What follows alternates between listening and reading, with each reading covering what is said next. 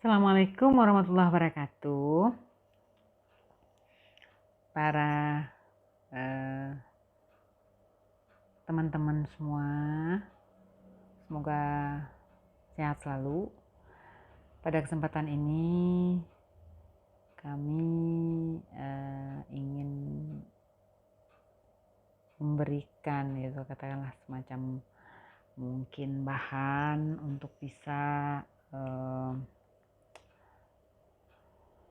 menjadi semacam rujukan untuk penyusunan kebijakan atau katakanlah mungkin semacam diskusi-diskusi ya terkait dengan kebijakan pemerintah pusat dengan keluarnya Permenpan RB nomor 17 tahun 2021 untuk penyetaraan jabatan administrasi ke jabatan fungsional. Nah, kemarin kan semuanya udah dilantik di posisi 31 Desember ya. Karena itu memang harus katanya kalau enggak ada sanksinya. Nah, kan gitu ya.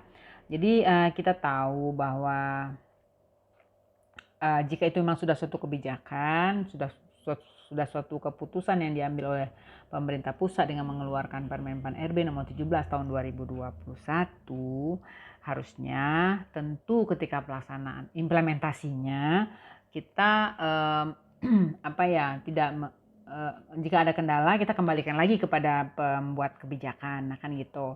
Nah, sekarang yang dikhawatirkan ketika telah pelantikan, nah aku nanya ini kerjaan kita apa nih, nah gitu ya. Ketika sudah karena sebelumnya kan struktural kemudian disetarakan. Nah kalau kita tahu kalau di bidang-bidang atau di bagian-bagian yang berada di dinas, badan, kantor gitu ya, ataupun di sekretariat daerah ya, itu kalau dari sisi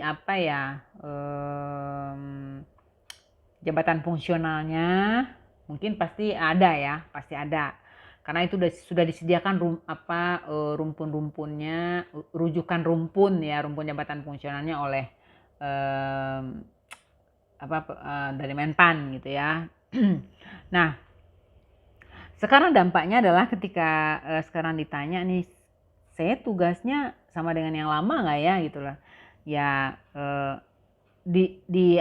Sekarang ini katakanlah sama dengan yang lama gitu loh ya, tetapi kan ada kewajiban juga ketika kita sudah ditetapkan. Nah, contohnya nih kalau kita tahu di sekretariat SKPD itu di bawah sekretaris itu kan ada yang 3 kasubag ya, tergantung tipe SKPD-nya ya, tipe A, tipe B, tipe C. Jadi 3 kasubag, ada kasubag keuangan, kasubag program, kasubag umum kepegawaian, atau dia hanya ada 2 saja. Jadi kasubag keuangan gabung dengan program bisa, kemudian kasubag kepegawaian semua umumnya sendiri misalnya itu, atau hanya ada yang hanya 1.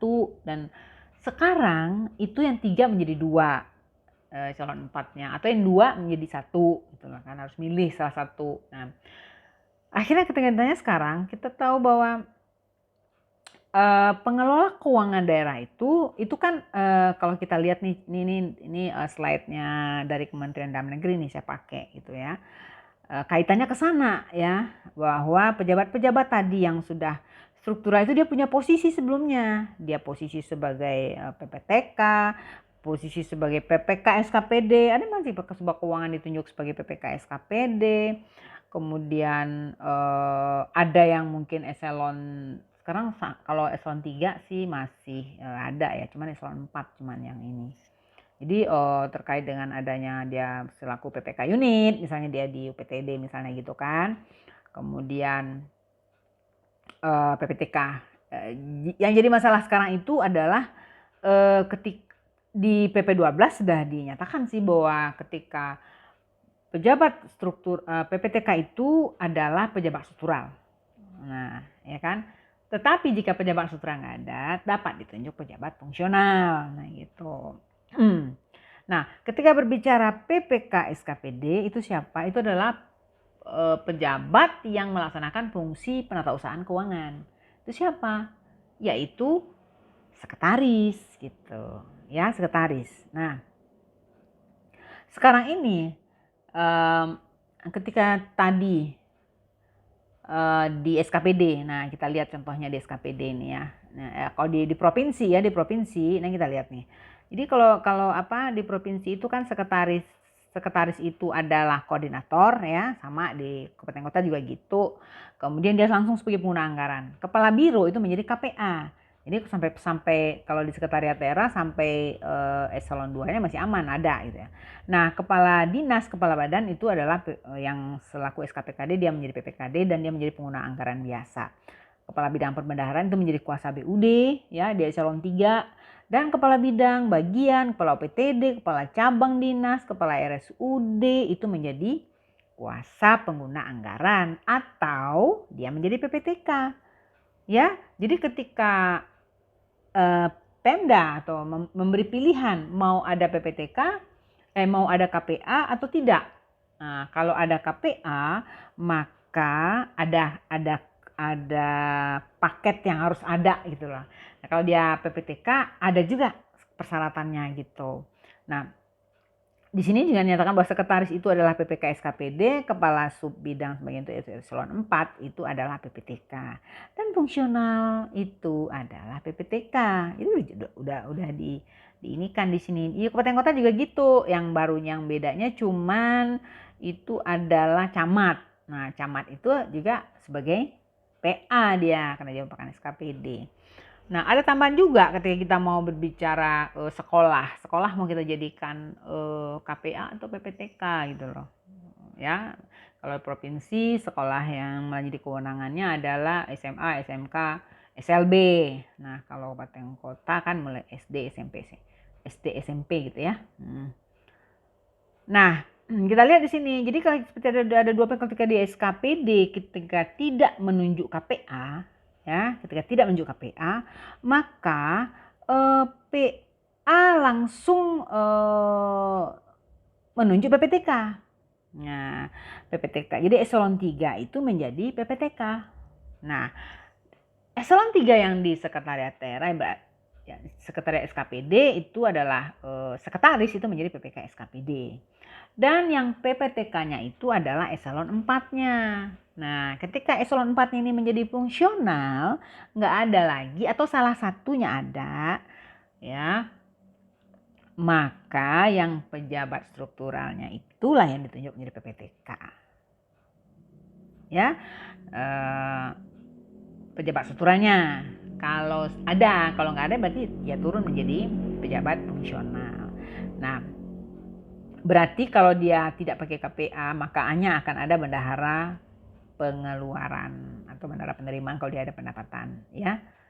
Ya, jadi nggak jangan ragu lagi ketika pejabat eselon 4 yang nggak ada itu di sekretariat.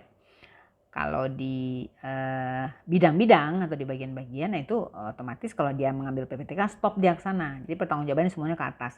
Nah, ketika berada pada posisi ini maka PPTK ini atau PA dapat menunjuk pejabat pemenuh komitmen ya atau PPTK berfungsi sebagai pejabat pemenuh komitmen. Ini sesuai dengan Perpres ya, Perpres 12 tahun 2021 ya. Nah, di situ ya, tapi dengan syarat kalau dia PPTK berarti dia harus mempunyai sertifikat ya, pengadaan barang dan jasa. Kalau enggak berarti tunjuk. Ini PA akan menunjuk. Kalau enggak berarti PA sendiri yang akan menjadi pejabat pembuat komitmen PPKOM. Nah, kalau pakai KPA kalau di unit ya, kalau di unit atau katakanlah OPTD itu sebagai bahwa penunjukan itu berdasarkan lokasi rentang kendali, maka KPA ada PPK unit, ada PPTK, ada bendahara penerimaan pembantu, bendahara pengeluaran pembantu. Jadi satu paket itu kalau dia di UPTD atau organisasi bersifat khusus juga ya. Nah, kalau dia penunjukan KPA itu berdasarkan besaran anggaran, maka berarti PA itu dapat menunjuk bidang-bidang tadi eselon 3 itu sebagai KPA dengan satu paket ke bawah. KPA, ada PPTK-nya eselon 4 dan ada bendahara pengeluaran pembantu. Bisa PPTK-nya 1, bisa PPTK-nya 2 tergantung kompleksitas ataupun anggaran yang dikelola yang banyak atau pagunya besar sekali gitu loh. Nah, itu yang diatur di sini ya. Jadi bisa. Nah, jadi harus satu paket ketika KPA ditunjuk. Nah, KPA kan langsung berfungsi sebagai pejabat pembuat komitmen. Tetapi ketika di bidang yang lain, ya di bidang ketika anggarannya sedikit, kemudian tidak kompleks, kemudian pejabat juga kurang ketika nggak ada ditunjuk untuk bendahara, pelaksanaan juga kurang, maka eselon 3-nya ditunjuk PPTK, nggak ada ke bawahnya lagi. Ini yang di sebelah kanan kan. Jadi PPTK ini langsung dia bertanggung jawab kepada PA. Nah, karena kan sama-sama eselon 3 tadi, dia langsung bertanggung jawab kepada PA. Nah, itu. Ya, kalau yang di sekretariat udah clear itu, udah clear. Jadi nggak apa-apa, nggak ada pejabat struktural. Ya udah, berarti PPTK-nya ditunjuk adalah pejabat fungsional tertentu, ya. Nah, ketika berbicara sekretariat daerah di provinsi nih. Nah, kalau Setda nih ya, PA-nya Setda. Nah, eselon 2-nya itu semua menjadi KPA. Eselon 3-nya menjadi PPTK. Ya, eselon 3 menjadi PPTK. Eselon 4 ya. Jadi eselon 4 itu bisa ditunjuk sebagai PPK unit. Eselon 4 PPK unit, dan kemudian ada pelaksana yang ditunjuk sebagai bendahara pengeluaran pembantu. Nah, di mana ada PPK SKPD? PPK SKPD berada di biro yang ini, biro yang misalnya biro umum gitu. Ada PPK SKPD di sana, ada PPTK juga di sana, ada bendahara pengeluaran di sana. Nah, untuk dia sendiri juga ada nih di sebelah kiri ini. Ya. Jadi terkait dengan ini tidak ada masalah ketika berbicara mungkin nih. Ini kan eselon 3 nih PPTK-nya. Jadi eselon 4-nya ketika nggak ada untuk PPK unit ini, nggak ada pejabat struktural misalnya, berarti memang bisa ditunjuk pejabat eselon 3. Kan ada 3 juga tuh kalau di biro ya. Ada 3 kabak, satu ditunjuk sebagai PPK unit misalnya kayak gitu kan. Atau bisa turun ke bawah. Sebetulnya PPK unit itu kan yang melaksanakan fungsi penatausahaan keuangan gitu loh. Siapa tuh misalkan sana gitu. Kalau memang dia sudah menjadi fungsional, nah berarti kita kalau menurut PP 12 sama 77 sih harus struktural juga kalau di ini di UPTD atau di biro sendiri gitu loh, atau di sekretariat daerah. Nah, kalau di tingkat kabupaten kota itu PPTK-nya eselon 4 kan? Eselon 4. Nah, yang KPA-nya eselon 3. Ya, PPTK eselon 4. Nah, kalau PPTK ini habis semua misalnya nih di kabupaten kota kita nggak ada lagi tuh dari Kaba langsung fungsional semua misalnya kayak gitu kan. Nah, ya udah berarti PPTK-nya ditunjuk adalah pejabat fungsional tadi. Ya, termasuk PPK unit. Jadi satu paket semuanya tuh. Satu paket, kalau biro satu paket. Jadi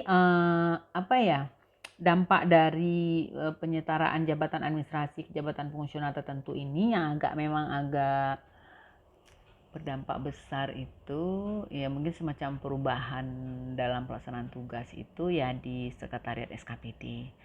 Nah, cuman kan ketika PPK SKPD misalnya itu sekretaris kan bisa menunjuk pembantu PPK SKPD. Nah, siapa yang ditunjuk? Nah, dia kan misalnya kalau hidup satu, yang hidup nih ceritanya misalnya, yang hidup ini dalam artian strukturalnya itu ada Kasubag Keuangan, atau di satu kantor ada di kantor yang lain yang strukturalnya itu adalah Kasubag Umum Kepegawaian gitu.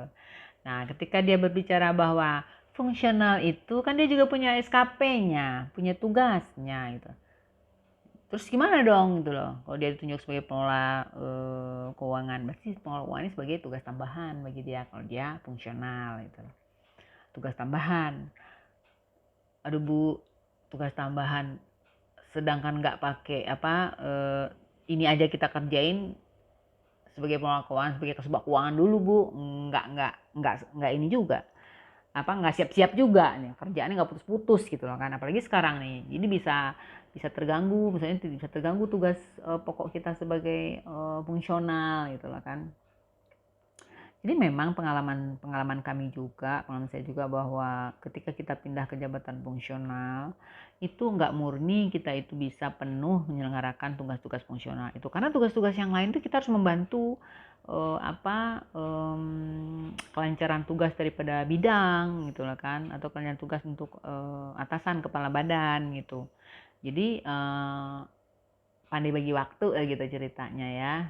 Jadi yang SKP kita jalan, yang tugas tambahan ini juga jalan gitu. Kadang lebih banyak tugas tambahan pada melaksanakan SKP-nya gitu. Nah, jadi apalagi teman-teman yang baru pindah ke fungsional, yang sebelumnya struktural juga memang agak agak ya perlu persiapan juga deh, bahwa ada tugas pokok selaku fungsional, ada tugas tambahan selaku pengolah keuangan, tugas-tugas yang lain yang diberikan oleh atasan. Mungkin itu saja. Jadi jangan jadikan ini bahan yang menyulitkan. Itu ada memang pejabat fungsionalnya nggak mau bantu lagi. Nggak bisa gitu.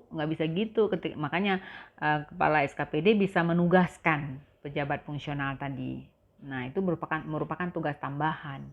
Pertama kan dapat kredit poin juga kalau ketika bicara kredit poin gitu kan. Dan kalau seandainya sekarang belum jelas belum ada penugasan, kepala SKPD harus memberikan penugasan dan semacam surat tugas biar pejabat fungsionalnya nggak nolak. Kita tugas kita aja belum beres nih, ya nggak bisa seperti itu. Kalau kita sudah ditunjuk di dalam organisasi itu, maka kita memang harus bisa membagi waktu saja. Kalau menurut saya sih jangan terlalu dipersulit ya. Semoga dilancarkan semuanya ya. Semoga bermanfaat. Jangan lupa subscribe, like, and share ya. Makasih. Wassalamualaikum warahmatullahi wabarakatuh.